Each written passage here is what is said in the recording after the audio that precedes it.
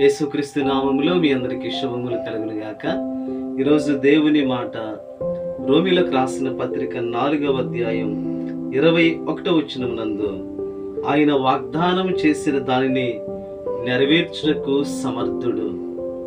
దేవుడు వాగ్దానం చేసిన వాటిని నెరవేర్చడానికి ఆయన సమర్థుడు. దేవుడు అబ్రహాముతో వాగ్దానం చేశాడు, ఆ వాగ్దానాన్ని నెరవేర్చాడు.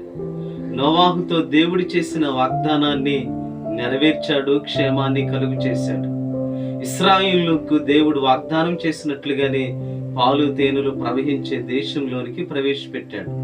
ఆయన మనుషుల వలె మాట ఇచ్చి తప్పిపోయే దేవుడు కాదు. ఆయన నిశ్చయముగా వేల కొలది వాగ్దానాలు నీ కొరకు ఆయన బైబిల్లో రాసిపించాడు.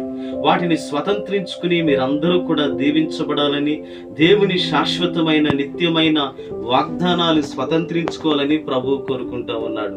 ఆయన యందు విశ్వాసం ఉంచి వాగ్దానాలు స్వతంత్రించుకోవడానికి దేవుడు మీకు కృపను అనుగ్రహించునుగాక. ప్రార్థన చేసుకుందాం. అత్యంత ప్రేమ కనికరం గల మా యేసయ్యా, మీకు స్తోత్రాలు.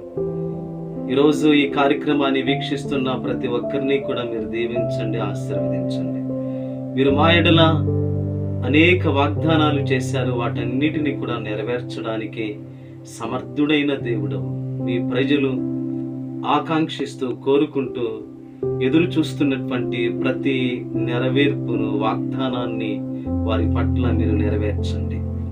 గొప్ప కార్యాలు వారి జీవితాల్లో మీరు జరిగించి ఆశీర్వదించి బలపరచమని యేసయ్య శ్రేష్టమైన నామములో ప్రార్థించి అడిగి వేడుకుంటున్నాము తండ్రి. ఆమేన్. దేవుడు మిమ్మల్ని దీవించునుగాక. ఆమేన్.